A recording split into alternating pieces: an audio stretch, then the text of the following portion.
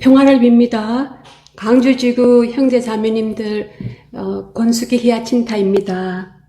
오늘 제수 프란치스 교회 설립 800주년을 맞이하여 우리의 역사를 간단하게 소개하는 그런 강의 시간을 마련했습니다. 제수 프란치스코의 800년 역사를 오늘 간단하게 제수 프란치스 약사를 잠시 살펴보고, 그리고 그 800년 역사 중에서 가장 모범적으로 살았던 초기 회개하는 형제 자매들의 생활을 한번 다시 자세히 살펴보는 것으로 하겠습니다. 그리고 난 다음에 우리가 현재 살고 있는 바오로 6세의 회칙과 그에 따른 우리의 사명을 간단하게 살펴보고자 합니다. 제수 프란치스코의 역사를 이해하는 것이 왜 중요한가? 우리가 역사를 배우는 것이 왜 중요한가 하는 것은 우리가 다 알고 있다시피 우리의 뿌리를 아는 것이고, 특히 우리의 뿌리인 성 프란치스코의 그런 풍성한 카리스마의 권원을 우리도 만나게 해주기 때문입니다. 또 하나는 우리가 현실을 살면서 역사를 알고 있을 때 우리의 삶이 추상적이거나 비현실적으로 되지 않고 역사를 통해서 그 실패를 거듭하지 않음으로써 올바른 시각을 갖게 해주는 것입니다. 저는 이 강의를 준비하면서 또 그 이전에 제수 프란치스코의 여러 가지 사회개혁에 관한 책들을 읽으면서 그 평가를 할 때 우리가 발전을 이루었는가 쇠퇴를 이루었는가 하는 데 대해서 많은 작가들이 공통적으로 평가하는 기준이 있었습니다. 첫 번째로는 제속성이었습니다. 즉 제속 프란치스칸으로서 이 세상 안에 살면서 세상의 성화를 위해서 노력하고 있는가, 그런 제속성의 의식이 있는가 없는가에 따라서 판단을 하였습니다.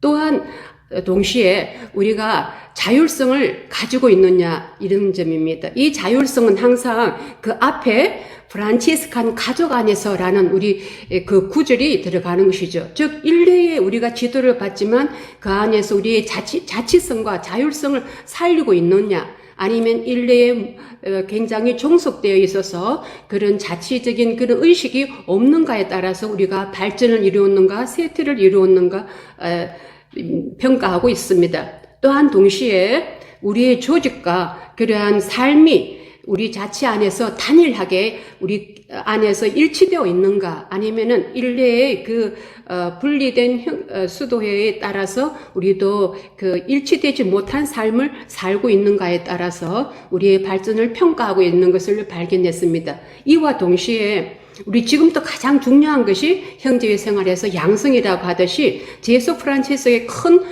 회로서의 발전 안에서도 우리가 제대로 우리의 의식을 갖고 발전할 때, 과거의 역사를 보면은 그 일례의 도움을 제대로 받아서 우리가 의식이 깨어 있을 때는 발전을 이루었고, 일례의 무관심이나 또 우리가 또 일례의 도움을 해서 좀 소외되어 있을 때는 쇠퇴가 있었습니다. 이와 함께 우리가 사회 참여와 사도직이 활발할 때는 많은 새로운 사람들이 우리의 모범을 보고 제수 프란치스코에 들어왔고, 그렇지 않고 개인 신심에 치우쳤을 때는 남성의 비중이 급격히 떨어지기도 하고 사회에서도 이렇게 등한시 되었던 그런 역사의 평가를 볼 수 있었습니다.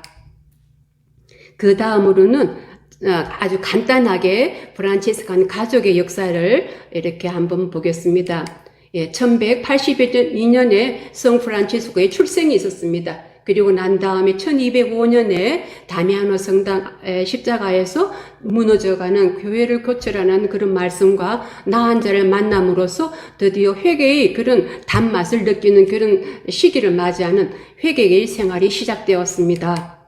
그리고 1209년에 지금은 남아있지 않지만 프란치스코가 이노첸시오 3세 교황으로부터 원해칙을 인준받은 해입니다. 이 해가 1209년이 일례 수도회의 창립 기념의 창립해로 이루어지고 있습니다. 그래서 2009년도에 봐도 아시시에서 1500명의 프란치스칸 수도 일례 가족들이 모여서 돗자리 총회를 했다는 그런 뉴스를 보았습니다.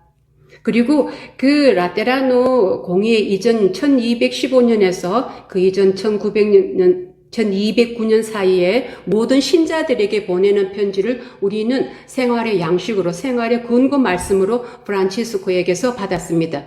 이것의 내용은 여러분들이 다 알다시피 우리 현 회칙, 바오로 6세 회칙의 소문을 이루고 있고, 우리의 뿌리인 회개하는 사람과 회개하지 않는 사람으로서 회개를 강조해 놓고 있는 프란치스코의 회개 영성을 그대로 담고 있는 그런 편지입니다. 그리고 난 다음에 프란치스코가 교회로부터 인준받은, 승인을 받고 인정을 받은 그 해 1209년에서부터 2021년까지 그 10년 동안 굉장히 눈부신 발전을 이루었습니다. 우리가 알다시피 3,000명, 4,000명의 돗자리 총회가 이루어져 있고 유럽 전역으로 이렇게 작은 형제가 발전해 가는 것을 우리는 전기나 역사서를 보고 알 수 있는 그런 시기였습니다. 그리고 1221년에 일레는 인준받지 않은 수도 규칙을 가진 해였습니다. 그리고 그 해에 우리는 첫 회칙인 우골리노 회칙 생활 지침을 받았습니다. 즉 프란치스코와 우골리노 추기경의 그런 합작으로 이루어졌다고 되게 짐작하는 회칙입니다. 그리고 2년 후에 일례에서는 1223년에 인준받은 그런 수도 규칙을 갖게 되는 해이죠. 그리고 난 다음에 1226년에 프란치스코는 세상을 떠났습니다. 그리고 우리는 우골리노 회칙을 받은 지 약 60년 뒤에, 70년쯤 뒤에 니콜라 4세 회칙을 받았습니다. 그리고 율소 3회에도 1300년대에 한 번 받았지만 1521년에 통합된 율소 3회의 회칙을 받았습니다. 그리고 1517년에는 1회가 분리되기 시작했습니다. 콘벤투알과 옵세르반테가 나누어지고 또 거기에서 1525년에는 카푸친이 또 분리되어서 1회는 3개의 수도회로 나뉘어졌습니다. 그리고 1883년 니콜라 회칙에 받은 지 600년 뒤인 1883년에 레오 13세 회칙을 우리는 받았습니다. 그리고 난 다음에 우리는 제2차 바티칸 공회가 끝난 다음에 그 정신을 담은 바오로 6세 회칙을 받아서 지금까지 우리는 살고 있습니다. 그 회칙에 대한 회원이 2000년에 이루어졌습니다. 이러한 것이 우리의 전체 프란치스칸 역사이지만 제3회를 두고 보면 니콜라 4세 회칙에서부터 시찰자의 권한이 굉장히 강화되어 있습니다. 우골리노 회칙에서는 굉장히 자치적으로 심의회들이 모든 것을 했다면은 니콜라 4세 회칙에서는 일례의 수도자, 일례의 사제의 시찰을 통해서 그리고 레오 13세 회칙이 까지 바오로 6세 회칙이 나올 때까지 700여 년 동안 우리는 어떤 면에서는 자율성을 상실한 채 살았던 해입니다.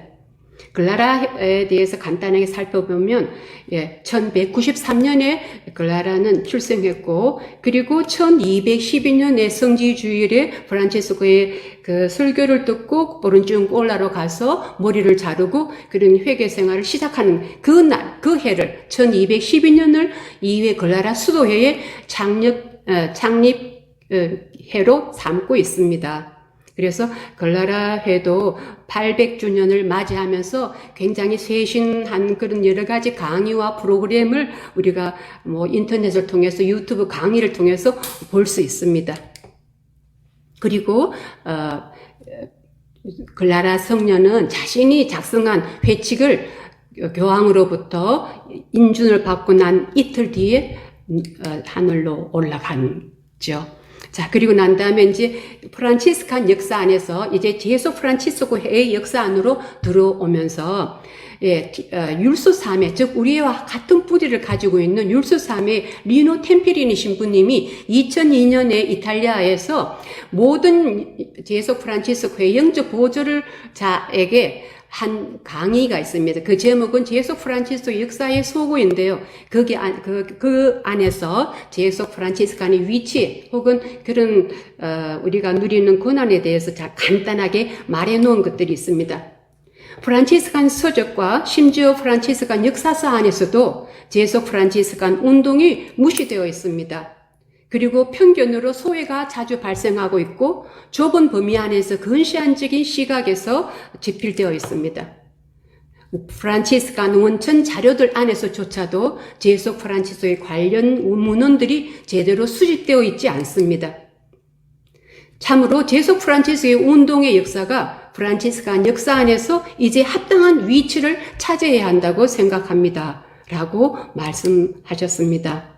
그래서 이제 조금 역사를 들어가면서 제속 프란치스코에 대한 역사에는 항상 일례의 역사가 이렇게 먼저 있죠. 왜냐하면 우리는 일례의 그런 떨어질 수 없는 그런 관계이고, 또 일례가 정말 많이 부흥할 때 우리도 따라 부흥하고, 일례가 우리를 잘 도와주었을 때 우리가 이렇게 번창했던 그런 것들을 볼 수 있습니다. 그러한 친밀한 관계와, 그리고 항상 제속 프란치스코 역사를 다룰 때 가장 많이 평가되는 것이 그런 자율성의 문제가 항상 되풀이 언급되는 것을 알 수 있습니다. 그러면 13세기부터 활동하기 시작한 그 프란치스코 이전에 그 앞에 시기는 어떤 시기였느냐 하면은 바로 그레고리오 개혁의 시기였고, 또 평신도 운동이 굉장히 활발하게 있었다가 또 프란치스코가 있을 때는 좀 약화되었던 그런 시기입니다. 즉 그리고리오 7세 교황이 그 당시에 그 교회 구조는 고위 성직자들도 귀족들과 영주들처럼 땅을 지니고 있었고, 그 땅을 경작하기 위한 또 농노들을 부리고 있었고, 부를 누리고 있었고, 여러 가지 타락이 많이 교회 안에서도 들어와 있었습니다. 어떤 표현을 보면 세상에 있는 영주가 그 농노들을 괴롭힌 거나 고위 성직자들이 괴롭힌 거나 다름없이 교회 안에서도 그런 비인간적인 행위가 있었다라는 것도 볼 수 있었습니다. 그 수도회의 교회의 안에의 개혁을 이루면서 평신도들도 많은 영적 각성을 이루면서 구원의 길에 대한 굉장히 열망이 차 있습니다. 그러한 평신도 운동의 흐름이 이렇게 프란치스코 시대로 흘러오면서 때로는 이단으로 흘러갔고, 때로는 프란치스코 합류되면서 굉장히 교회 쇄신에 많은 도움을 주었습니다. 즉 13세기는 상업이 새롭게 발전하면서 또 화폐 경제가 일어나고, 그리고 상인들끼리 힘을 합쳐서 길들을 만들고 하면서 자치도시가 성장하고 부의 상징이 되고 권력을 갖게 되고, 그렇게 함으로써 땅과 농장 이렇게 피라미드식의 그런 안정됐던 그런 봉건 제도가 이전부터 조금씩 무너져 있던 것이 조금 더 심하게 균열을 일으키고 있었습니다. 그리고 1221년에는 우리의 최초의 회칙인 생활지침을 받게 되었습니다.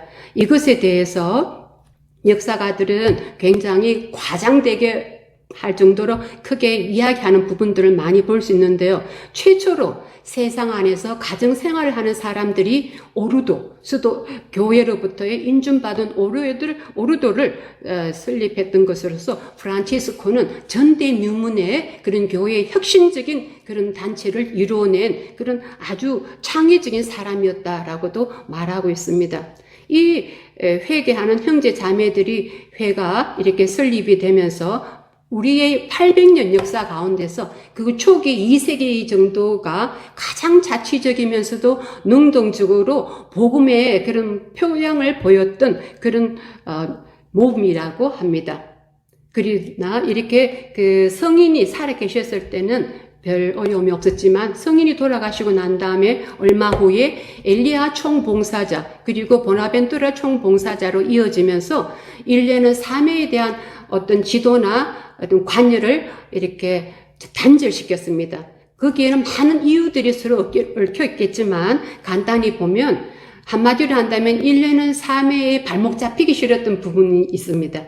즉 사매가 아직까지도 어떤 부분에 있어서는 이단의 의심을 받고 있었고, 또 사매원들이 너무나 자치적인 그런 열정에 넘치다 보니까 교회의 주교의 그런 시찰자의 파견을 기다리지 않고 자신들끼리 시찰자를 선출함으로써 주교와도 또 불화를 일으키고 있었고, 또 세속에서는 우글리는 회칙 그런 여러 가지 특전들이 무기 소지를 하지 않아도 되고 또 장은 맹세를 하지 않아도 되고, 이러한 것들이 또 시당국과 또 영주들과 이 회계회원들과 굉장히 많은 갈등을 빚고 있었기 때문에 또 제속 사제들은 자기 본당에 작은 형제가 와서 사매를 또 지도하는 것을 굉장히 또 괘씸하게 여기면서 제속 사제들과도 이렇게 갈등의 요지가 있었기 때문에 일례는 사매와의 그런 거리를 두기를 원했습니다.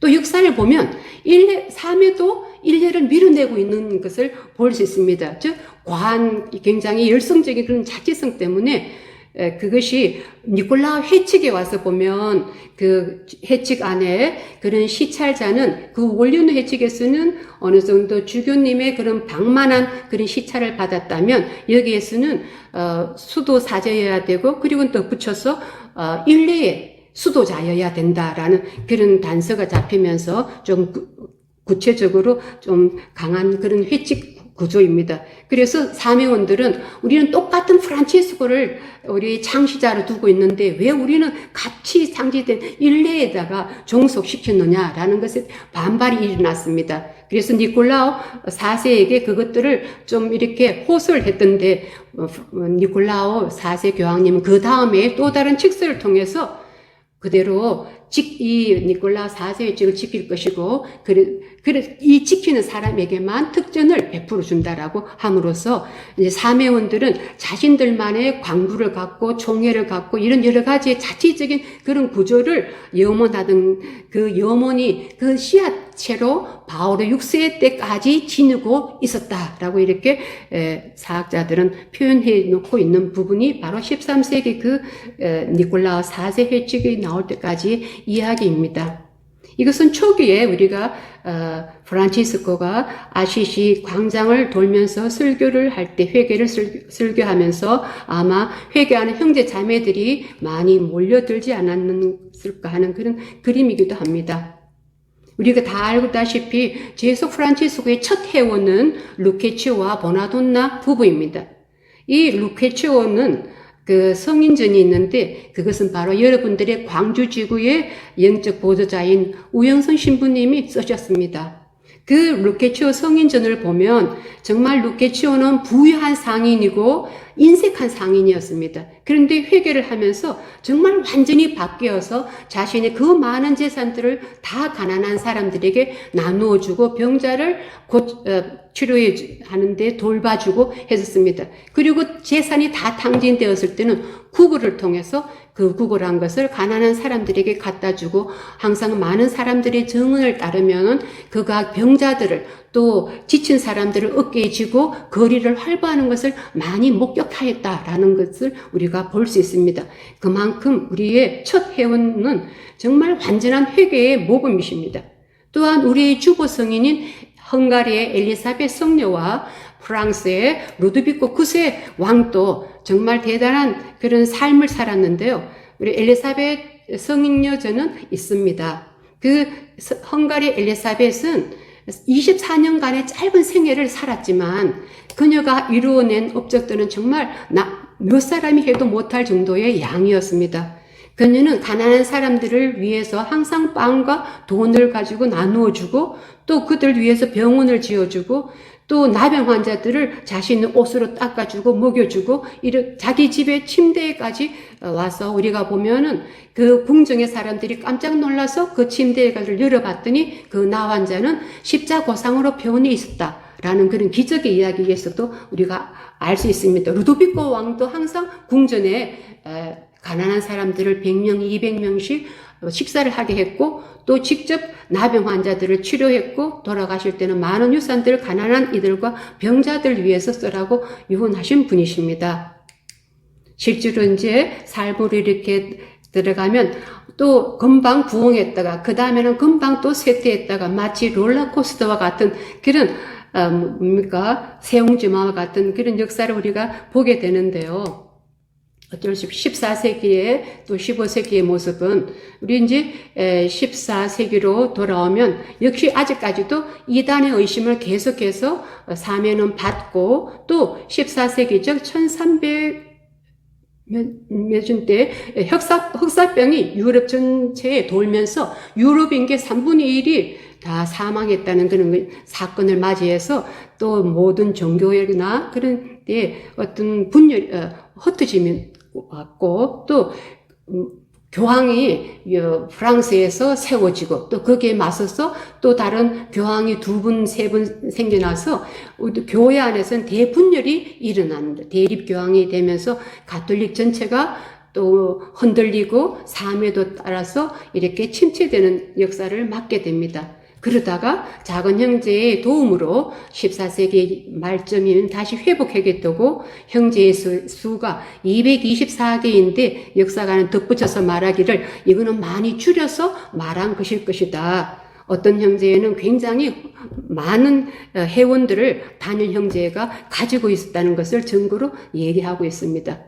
다시 15세기에는 이렇게 14세기 말로부터 이렇게 회복했던 그런 우리의 회의 모습은 가장 아주 풍성한 활기찬 그런 부활의 시기를 맞게 됩니다. 그리고 이탈리아 안에서만 60만 명의 회원입니다. 지금 한국의 전체에 13,000명이고 또 세계적으로는 좀 아주 실질적인 액기 있으면 한 20만 명 그리고 등록으로 올려져 있는 인구는 제수 프란치스칸의 숫자는 30만 명 정도로 우리가 보고 있습니다. 그런 걸 비교해 보면 그 당시 이탈리아 한 나라 안에서만 60만 명의 회원이 있었다는 것은 굉장한 것이라고 봅니다. 그 당시에 얼마나 많은 그런 사람들이 들어왔느냐 하는 것이 중요한 일이지만 어떻게 그런 계기가 마련되었느냐 하는 것은 회원들이 모범적인 삶을 복음의 삶으로서 사람들이 존경과 신뢰를 얻었기 때문입니다. 그 사람들의 활동을 보면 사회활동과 자선활동을 통해서 가난한 이들을 위한 무료 학교를 세우고 병자들을 끊임없이 돌보고 그리고 정직성과 신뢰성이 요구되는 그런 인정을 많이 받았기 때문에 그런 신뢰를 필요로 하는 직무에 대해서는 사명원이어야 된다라는 그런 많은 요청을 받아서 행정업무, 공무감독, 재정관리, 선거 업무를 관장하는 일, 식량 배급을 정확히 할 수 있는 여러 감독 일 이런 것들을 많이 사명원들이 맡아서 봉사했습니다. 또 지방별로 우리가 예를 든다면 밀라노의 남성 회원들로만 이루어진 에드교회 단체는 전례와 기도에 헌신하면서 가난을 구제하는 여러 사업을 펼쳤습니다. 또한 톨레도의 에드교회 형제라는 단체는 감옥에 갇혀있는 수감자를 돌보았는데 형제들은 방문을 하고 자매들은 그들의 옷 같은 것을 다 빨아서 세탁해주고 또 그들은 영적인 도움을 줄 수 있는 사제들을 연결시켜주는 여러 가지 배려를 베풀었다고 합니다.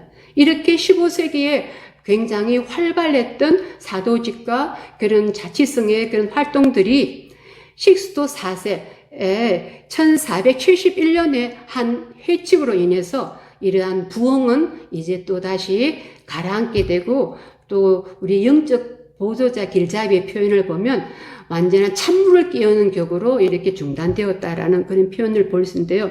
그 회칙에서 많은 권한들을 다 일회에다가 다 주었습니다. 시찰하는 권한, 형제를 지도하는 것, 징계하는 것, 모든 이런 것들을 일례에다가 주었기 때문에 그 사매 회원들의 그런 봉사자들이나 회원들에게서는 뭐 별리 할 자치적인 활동들이 없었던 것입니다. 그 다음에 16세기는 이렇게 15세기 말에 침체되어 있는 데다가 또 16세기는 외적으로는 종교개혁, 프로테스탄트 개혁을 맞이해서 그것이 심했던 지역에서는 사매가 많은 쇠퇴와 이렇게 흩어짐이 나타났고 그럴수록 또 사매는 한편으로는 프란치스코 성인이 보였던 교회에 대한 충성심으로 교회에 굉장히 충성을 하면서 목숨을 잃기까지 했다고 합니다. 또 가톨릭 교회는 그 자체로서 종교개혁에 반대해서 트렌트 공회를 열면서 많은 혼탁한 교회의 교리와 성사 이런 모든 것들을 정립하고 교회의 영적 쇄신을 크게 가져왔습니다. 그런 가운데 그 안에서 일반 신자들에게는 굉장히 신심을 강조했던 부분이 있었기 때문에 또 우리 사명원으로서는 신심 위주의 그런 신앙이 많이 이렇게 널려 퍼졌던 시기이기도 합니다. 그리고 또 프란치스칸 가족이란 내적 안에서는 일례가 1517년에 옵세르반테스와 콘벤투알이 나누어지고 1525년에 카푸친이 나누어지면서 일례가 세 개의 수도회로 나누어져서 우리 사회도 각각 그 수도에 따라서 분리되어서 이렇게 종속되게 되었죠. 그래서 우리는 그러한 삶에서 자조성도 잃게 되고 재속적인 의식이나 그런 카리스마도 잃게 되고 사도 활동과 사회 활동과 사도직도 접게 되었습니다. 단지 열심한 신자들은 자선과 그런 신심 생활로 또 대부분 돌아가게 된 해이기도 합니다. 그 마지막에는 또 레오 10세 교황님께서 사매원들이 그때까지 누렸던 일반 신자의 그런 것이 아니고 특별히 일반 신자이면서도 그 수도자의 그런 지위를 누리고 있었죠. 그리고 교회의 사람, 이런 그런 특별한 명칭으로 누렸던 그런 모든 신원들을 철회했습니다. 그러면서 제소 프란치스칸들은 굉장히 큰 절망과 가장 큰 세태기를 16세기에 지녔던 것입니다. 즉 종교개혁과 일례의 분리에 따른 그런 여파였습니다. 그리고 17세기와 18세기에서도 17세기에서는 굉장히 사매원의 회원수가 급증했던 세기입니다.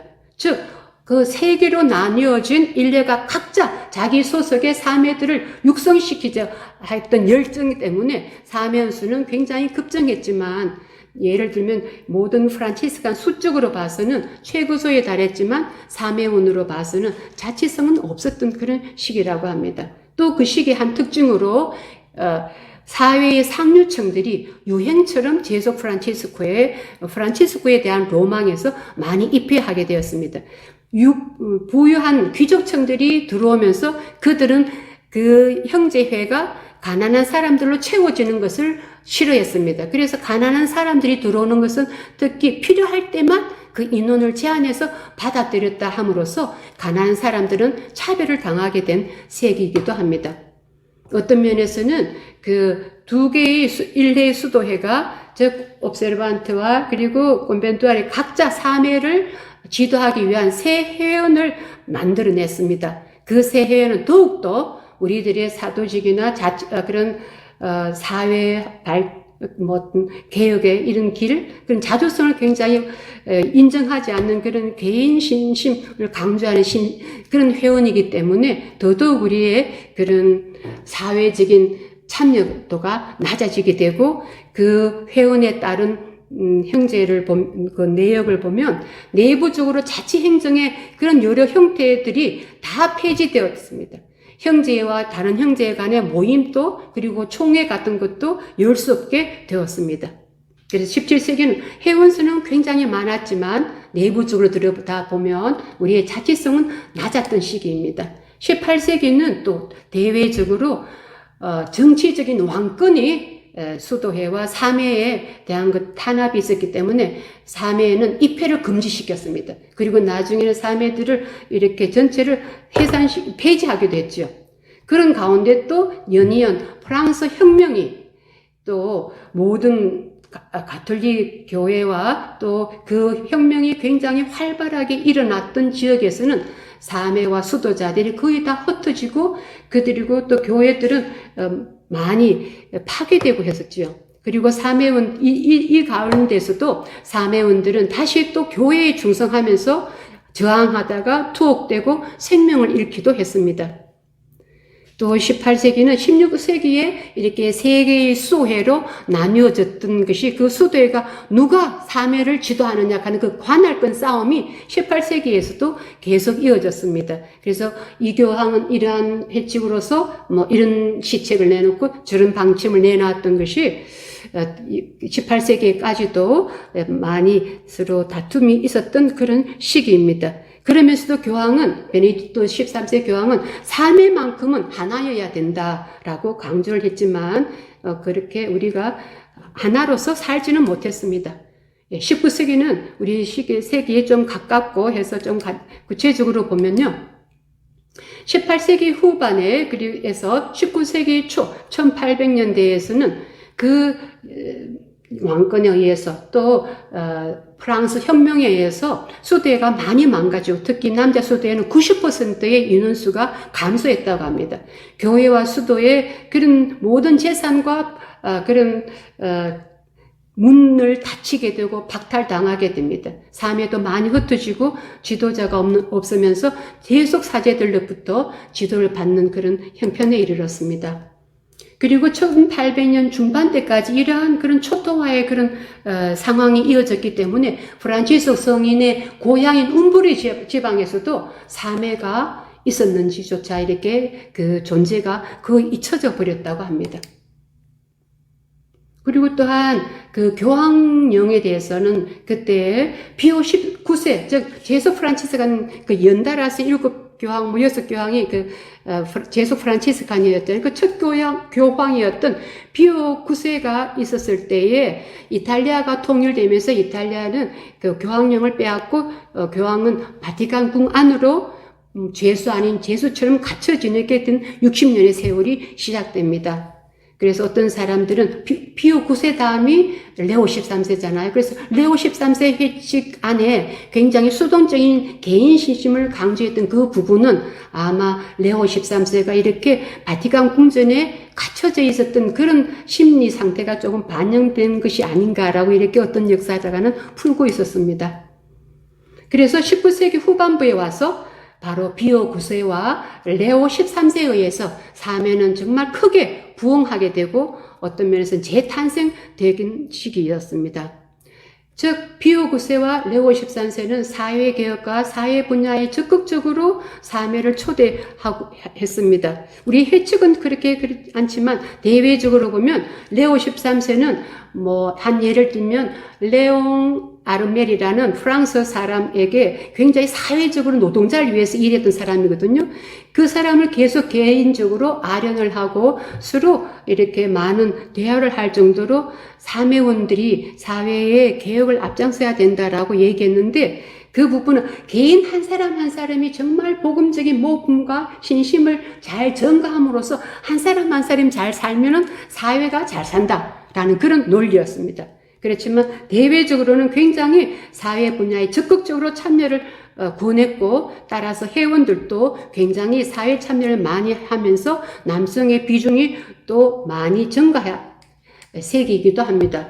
그랬지만 20세기에 와서는 전반적으로 쇠퇴를 하게 되었는데요. 그것은 피오 9세 교황, 그 다음에 레오 13세 교황, 그 다음에 피오 10세 교황입니다. 그런데 앞에 두 분은 굉장히 활발하고 사회 개혁을 이루었다면 피오 10세 교황은 전례의 개혁을 가지고 오고 또 사매에 대해서 많은 그런 지나친다고 생각했던 것입니다. 그래서 그들이 많이 버려놓은 사회 활동과 그 조직들을 사매에서 일례로 옮겨버렸습니다. 일례에다가 맡겨버렸어요. 그래서 형제는 또다시 어떤 사회 개혁이라든가 복음적 생활의 학교라기보다는 신심단체로 변질되면서 내려앉게 되었습니다.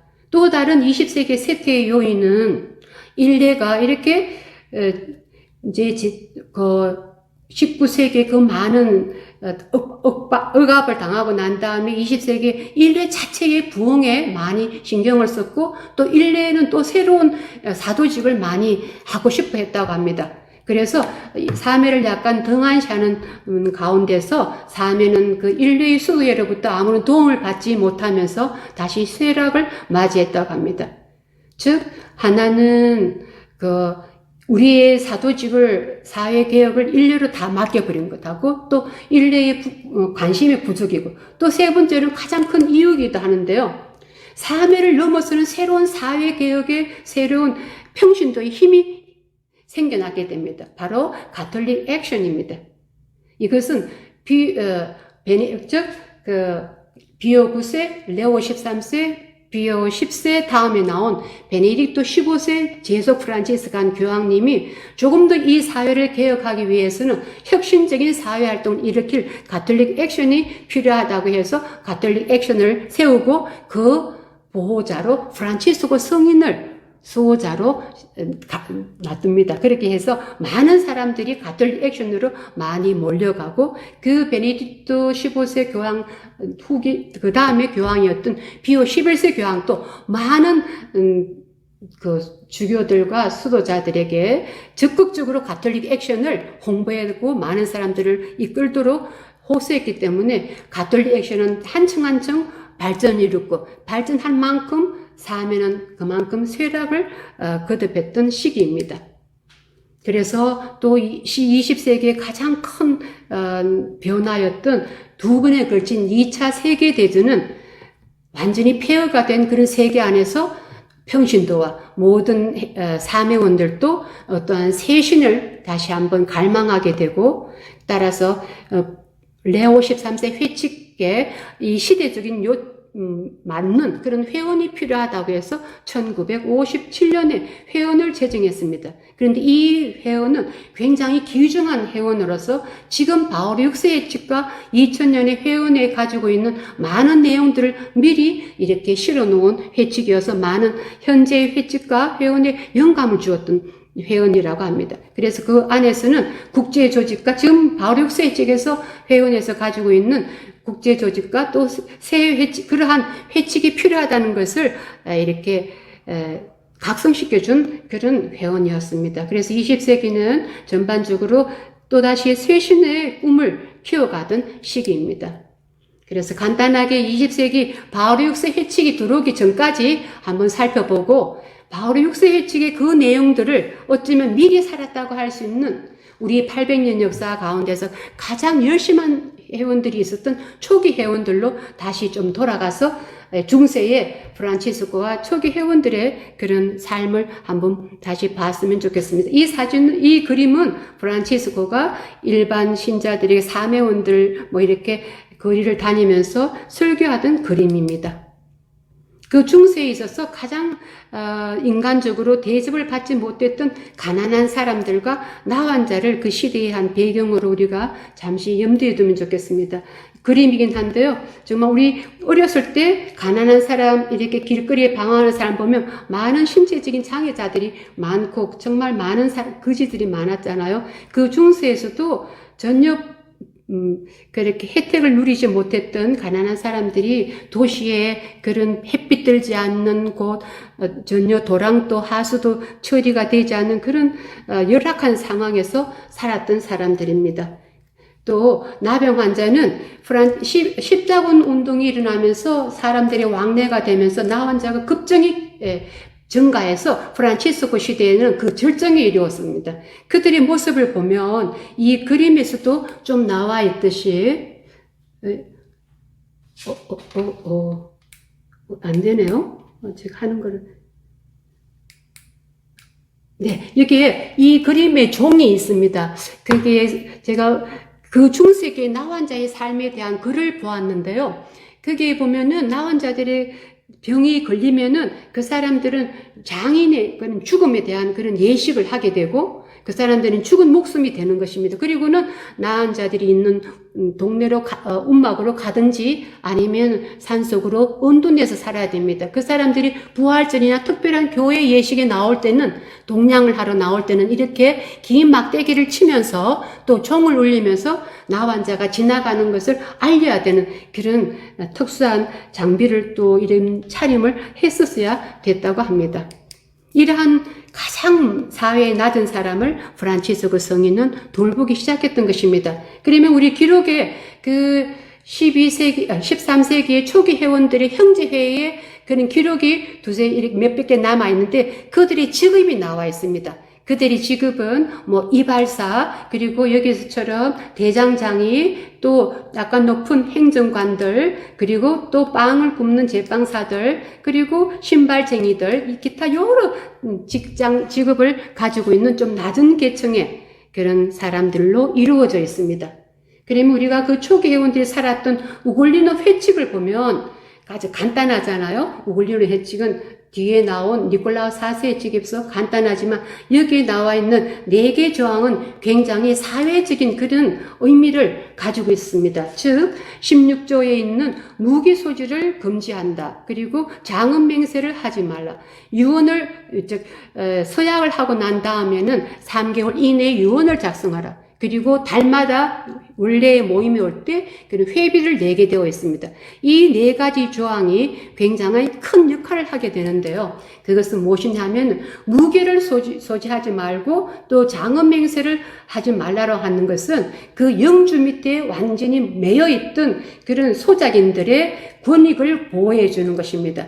영주들은 그 소작인들이 들어오면 맹세를 하게 해서 자신의 그런 모든 명령을 따르게 했고, 사소한 그런 싸움이 이웃 영주들 간에 있을 때마다 이 사람들을 무기를 세워서 싸우게 했던 것입니다. 그렇기 때문에 그런 것들을 막아주었고, 또 장언맹세 이런 무기를 하지 않음으로써 병력의 의무를 또 해줌으로써 시당국의 여러 가지 그런 핍박을 또 보호해 주었다라고 합니다. 또한 유언을 작성하게 한 것은 바로 가난한 사람들이 가족 안에서 또 여러 가지 분란이 일어날 수 있는 그런 이유도 있었겠지만, 특히 유언을 작성하지 않고 죽으면은 그 소작인들의 그 재산은 영주에게 다 착취되었다고 합니다. 그래서 그 사람들이 재산을 보존하기 위해서도 유언을 작성했습니다. 그리고 회비의 목적은 물론 형제 안에서 가난한 회원들, 그리고 가난해서 장사를 지내지 못한 회원들, 이런 사람들을 돕기 위한 것이고, 따라서 또 가난한 사람들 도와주면서 형제의 결속을 가져왔고, 형제를 넘어서서 가난한 사람들을 많이 구제했고 병원도 세워주고 그렇게 했던 것이죠. 그리고 또 어떤 경우에는 아주 악덕업자 같은 그런 영주 밑에서 고생하고 있는 소작인들의 자유를 위해서 돈을 주고 그 사람을 사는 그런데 회원의 회비가 쓰였다고 합니다. 이렇게 함으로써 그 결과는 그 봉건 제도 아래에서 영주 밑에서 핍박받던 그런 제도가 서서히 몰락하게 되는 것을 앞당겼게 되고, 무기를 가지지 않음으로써 영주들은 싸움을 할 때도 그 싸울 군인이 없었던 것입니다. 그래서 평화가 이루어졌고, 또 이런 사랑을 통해서 민주주의가 앞당겨졌고, 또 성 프란치스코와 형제들을 중심으로, 그리고 사회가 많은 협조를 통해서 나병의 근절을 앞당겼다고 합니다. 그래서 이 사람들이 조금 그런 어떤 사도직을 했는 것의 기록을 보면, 로마에 4개 자선의 집을 운영했고, 피렌체에서는 또 유명한 성 바오로 병원을 운영했고요. 이몰라에서는 성 프란치스코 병원을 운영했고, 또 우리가 이렇게 보면 성녀 헝가리의 엘리사벳도 많은 병원을 세우고, 또 우리의 루드비코 9세 성왕도 이렇게 병원을 많이 설립했는 것을 보면, 굉장히 제소 프란치스칸들이 그 당시에서부터도 가난한 사람, 약자들에 대한 그런 관심과 배려가 엄청났던 것을 알 수 있습니다. 또 엘리사벳에는 특히 헝가리 엘리사벳의 모범을 따라서 그대로 살았습니다. 그리고 엘리사벳 병원에서는 가난한 수녀들과 여자 순례자들에게 잠자리를 제공하기도 했습니다. 또 그 외에도 형편이 어려운 사매원들에게 낮은 임대료를 받으면서 집을 임대해 주었고요. 타락한 사창가의 여인들을 교화하는 임무들도 맡았었습니다. 그리고 모데나 지방에서는 구걸해야만 하는 그 거지들이 그런 것을 구걸하는 걸 창피스러워하는 가난한 사람들을 대신해서 사매원들이 직접 나가서 애경을 해서 그 사람들을 원주했다고 합니다. 또한 레지오 에밀리아에서는 가난한 이들 위해서 무료 약국과 식료품 가게를 운영하겠습니다. 우리가 실제로 이렇게 하니까 정말 그럴 수도 있겠다 하지만 실제로 한 지구 안에서 어떤 양로원을 하나 운영한다거나, 또 어떤 회관을, 광주 같은 경우 회관을 그 운영하는 자금을 조금 되는데도 모든 회원들이 굉장히 힘들게 지내는 것을 우리가 참작하면, 이렇게 많은 것들을 이루었다면 그들이 얼마나 희생적인 봉사정신을 갖고 일했는가를 알 수 있겠습니다. 즉 회계자들은 사도직을 위해 자신들의 형제회가 되지 않으면 이웃 형제들과도 공동체를 이루어서 연대해서 봉사를 하였습니다. 형제회가 하나 세워지면 항상 그 근처에는 형제들의 너그러운 기부로 병원이나 자선기관이 세워졌던 것입니다. 이들의 모범적인 사회 참여는 그 범위가 형제를 넘어서서 지방, 도시, 국가 여러 나라로 펴지면서 함께 연맹해서 선을 위하여 결합하고 거대한 공동선의 힘이 되어서 사회의 악과 싸우면서 사회를 개혁시켰던 것입니다. 그까지가 초기 회원들의 이렇게 삶을 보았는데요. 그러한 초기 회원들의 삶을 제2차 바티칸 공의회는 설립자의 정신으로 돌아가라, 창립자의 정신으로 돌아가라, 초기 회원들의 정신으로 돌아가라고 합니다. 그래서 우리 제2차 바티칸 공의회의 정신을 담은 바로 6세 회칙을 하기 직전에 우리 초기 회원의 모습을 잠깐 봤습니다. 제2차 바티칸 공의회는 바울 6세 회칙이 나오게 한 그런 회칙의 근간이 되는 것으로서 이 제2차 바티칸 공의회는 특히 평신도에 대한 그런 인식과 정체성, 그리고 평신도를 위계를 그런 신원을 많이 높여준 그런 공의회로서 평신도 공의회라고 하죠. 가장 많은 회원들이 모여서 공의회가 개최되었던 것입니다. 그래서 바울 6세가 회칙이 나오게 된 이유는 그만큼 시대가 변화되었고 제2차 바티칸 공의회에 따른 많은 가르침을 군고를 우리가 받아들여야 했기 때문입니다. 그리고 그 회칙 과정에서 제일 처음에는 1례의 3세 영적 보조자와 율수 3회의 영적 보조자가 총영적 보조자의 그런 무리에서 이렇게 이루어졌는데요. 나중에 이게 개정된 작업들을 전 세계에 있는 회원들에게 나누어 주면서 그 설문지를 받았을 때 이런 것이 없다, 제소성이 없다, 사회 참여가 없다, 여러 가지 많은 의견이 이렇게 제안들이 들어왔습니다. 그때 둘러봤더니 그 회칙 개정위원회 안에는 제소 프란치스칸이 없었던 거예요. 그래서 회원들이 다시 투입돼서 함께 최초로 우리의 회칙을 스스로 만드는데 우리가 참여했던 그런 회칙입니다. 가장 회칙의 그 모토라고 할까요? 정신은 아로주멘토라고 해서 우리말로 하면은 한 단어로 되지 못하고 쇄신과 적응입니다. 새로워지고 또 현대 교회의 요구와 시대의 요구에 적응해 나가는 것하고 정말 이 단체가 이 수도회가 이 회가 세운 창립자의 정신으로 돌아가라는 그런 목적이 있었습니다. 그래서 그 작업이 12년 후에야 1978년에 바울 6세에 의해서 세라핌 즉 사부라는 책서를 통해서 선포되었습니다. 그 안에 특징들을 몇 가지를 볼 것인데요. 그 특징은 이런 특징을 가지고 있다는 것은 그 특징을 우리에게 살아내라는 우리의 사명이기도 한 것입니다. 소명이기도 하고. 그래서 어떤 바울 6세의 특징을 보면서 우리가 살아내야 될 그런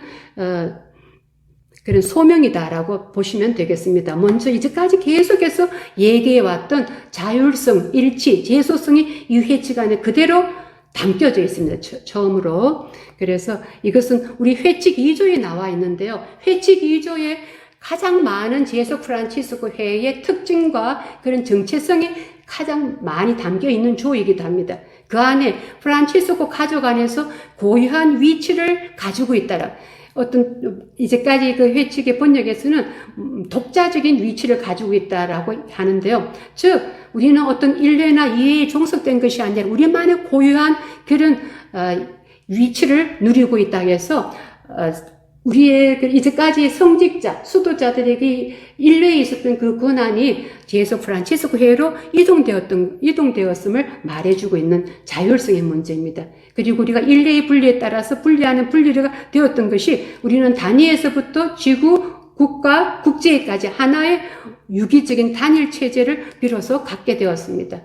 그리고 다시 제속성을 강조하게 되었습니다. 제2차 바티칸 공의회에서 평신도에 대한 많은 교령과 가르침을 주고 있죠. 그 영성을 받아서 실제로는 이것이 프란치스코 시대에 프란치스코가 살았던 영성이기도 합니다. 그 당시에 정말 평신도들에게 별로 관심이 없었던 교회로 하여금 프란치스코는 그만큼 평신도의 가치를 알고 이 세상의 가치를 알아서 세상 안에 하나님을 모시고 오고 평신도들에게 참여를 시켰던 그 영성을 우리는 회칙 안에서는 20세기에 와서 회칙 안에 갖게 되는 것입니다. 세속 신분으로, 세속 안에서 이런 많이 바로 육서 회칙에서 볼 수 있습니다. 이제까지 그 번역에로는 제속 신분, 제속성이라고 하는데요. 그 바울 제2차 바티칸 공의회 그 문헌의 한글판을 보면 제속이라고 되어 있지 않고 다 세속이라고 되어 있습니다. 세속성, 세속 신분으로 이렇게 되어 있거든요. 그래서 제가 세속 신분으로 다시 옮겨 봤습니다. 좀 거북스러우면 제속이라고 해도 되겠죠. 어쨌든 세큘러입니다. 그죠? 자, 그 다음에 이 전체의 모습에서 이제까지 우리는 수도자를 좀 흉내내고 싶어 하고 수도자의 그런 지위를 누리고 싶어 하고 이런 모습에서 제2차 바티칸 공의의 정신을 담아서 바울의 육서의 측은 창립자의 정신으로 초기 회원들의 정신으로 돌아가라고 합니다. 저는 제일 처음에 1970년대 그때 보면은 국제에서 온 공문을 제가 하나 봤는데 제발 제속 프란체스카는 수도복을 벗으라. 그게 수도복은 아주 옛날 벗었거든요. 스카폴라를 대신했잖아요. 벌써 산업시대 들어오기 전에. 그랬는데도 우리나라의 사진을 봐도 한참 동안이나 수도복 입고 여자들은 화장하면서 머리 수건까지 하고 있었던 그 모습인데 그 당시에 국제 공문에 우리의 수도복은 아치마와 그런 운동복이가 일복이다라는 말로 되어 있었습니다. 자, 그 다음에 두 번째 우리의 특징이고 우리의 사명은 세속 신분으로 보편적 성화 소명입니다. 즉 우리 회칙을 보면 성령의 인도로 우리는 성화로 부름받은 이다 라고 되어 있습니다. 그리고 교회 헌장에도 모든 그리스도인들은 수도자이건 평신도이건 모든 그리스도인들은 자신의 생활 조건 안에서 날로 거룩해질 소명을 실현해야 된다라고 합니다. 이것의 가장 근본적인 것은 세례 때 받은 우린 은총으로 그 은총으로 모두가 성화될 소명이 있다는 것입니다. 자, 그리고 세 번째로는 모든 프란치스칸 가족이 성 프란치스코의 은사를 함께 공유하고 있다는 것입니다. 제속 프란치스코도 다른 일대 이해와 마찬가지로 기원을 성 프란치스코에 두고 있고 그의 은사를 다른 수도 일대 이해와 함께 공유하고 있다는 것이죠.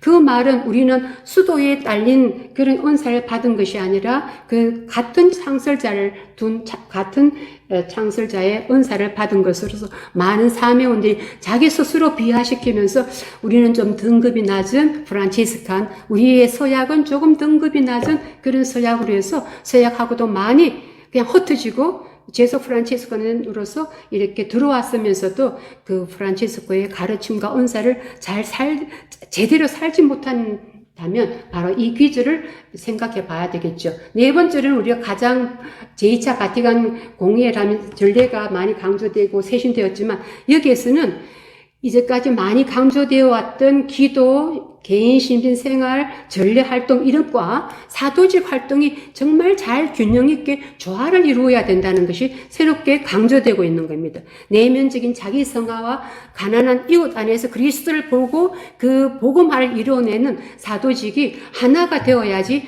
올바른 완독으로 나갈 수 있다는 것입니다. 이것을 강조해 놓은 것이 회칙 사조의 한마디면 됩니다. 복음만 우리가 살고 기도할 것이 아니라 그것을 삶으로 실현해내고 다시 삶에서는 다시 말씀으로 돌아가는 이러한 것이 이루어져야 된다는 이야기입니다. 그래서 이러한 특징을 우리에게 또 사명으로 주면서 바오로 교황님은 에릭 프란치스코와 우리에게 대해서 이렇게 말씀해 주시고 있습니다. 프란치스코처럼 주 그리스도의 모습과 복음 생활의 양식을 더 생생하게, 더 비슷하게 보여준 사람은 아무도 없다고 생각합니다. 그리고 지금 800주년을 맞이했잖아요. 50년 전인 제속 프란치스코의 설립 750주년을 맞이해서 바오로 6세는 우리들에게 이렇게 칭찬이면서도 하고 또 우리에게 요청이기도 한 말씀을 하십니다. 나는 제소 프란치스칸인 여러분들을 신뢰합니다. 왜냐하면 여러분들이 가난의 모범이기 때문입니다. 프란치스코를 닮아 가난의 모범을 보여주기 때문입니다. 그리고 나는 여러분을 신뢰합니다. 바로 여러분들이 그리스도의 십자가를 사랑하기 때문입니다. 지금은 많은 사람들이 십자가 없는 그리스도인 생활을 꿈꾸지만 여러분들은 그리스도의 십자가를 잊어서는 안 됩니다. 라고 강조하고 있습니다. 또한 나는 여러분들의 충실성을 신뢰합니다. 나는 여러분이 항상 나와 가까이 있으면서 성 프란치스코와 함께 그리스도의 교회에 희생적인 지지를 보내주기를 희망합니다. 라고 우리에게 요청하고 있습니다. 즉, 성 프란치스코가 교회에 얼마나 충실했고 순종했는가는 우리는 다 알고 있기 때문에 우리들의 후예에게도 교회에 가까이 있기를 원하시는 사이에 제소 프란치스코의 바울 6세 해칙에 대한 여러 가지 해설과 묵상을 모아서 좀 번역하고 엮기도 했는데요. 거기에서 참 우리 해칙을 아름답게 묵상했던 베네퐁크 신부님이 우리나라에도 영적 보좌자로 오고 미국에서도 오랜 시간 동안 영적 보조자로 계셨던 베네퐁크 신부님인데 지금은 몇 년 전에 돌아가셨습니다. 그분이 그 묵상거를 마지막으로 이렇게 하면서 우리들에게 당부하고 있는 말씀을 우리가 이 800년 역사의 마지막 그런 좀 말로 대신하겠습니다. 참된 회칙은 글이 아니라 사람들입니다. 회칙 자체가 아무리 훌륭하다 하더라도 그 해설이 아무리 매력적이고 확신에 차 있다 하더라도 제소 프란치스카는 삶의 참된 시험은 바로 그 회칙을 구현하는 사람들입니다. 라고 해서 회칙이 잘 됐다, 해석이 이렇다가 아니라 그것을 얼마만큼 살아내느냐 하는 그것이 우리에게 달려있다는 것입니다. 그래서 우리는 모두 함께 행동하는 프란치스칸이 되어야 되겠습니다. 그리고 많은 역사가들이 초기 회원들과 함께 제소 프란치스코 회에 대해서 말씀했는 것을 간단히 읽고 끝낼게요. 어네스트 르낭은 말하고 있습니다. 그리스도교가 생긴 이래 프란치스칸 운동이야말로 역사 안에서 가장 위대한 대중적인 성취를 이루어냈다. 샤토브리앙은 말하고 있습니다. 성 프란치스코는 그리스도 교회에 있어서 거대한 발걸음을 내디딘 업적을 이루었다. 그가 이룩한 업적이란 일반 대중을 신앙으로, 종교로 인도하는 데 성공했다는 것이다.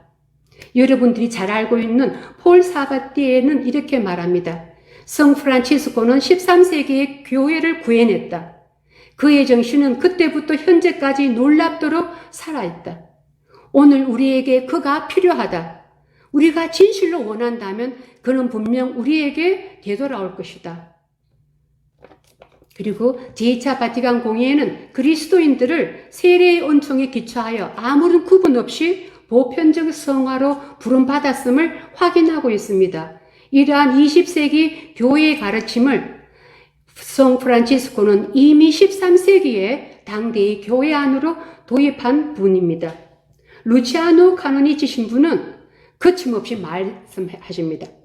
제소 프란치스코 회는 성 프란치스코가 이루어낸 모든 도덕적, 사회적 재건 가운데서 가장 대표되는 걸작이다 라고 말씀해 주었습니다.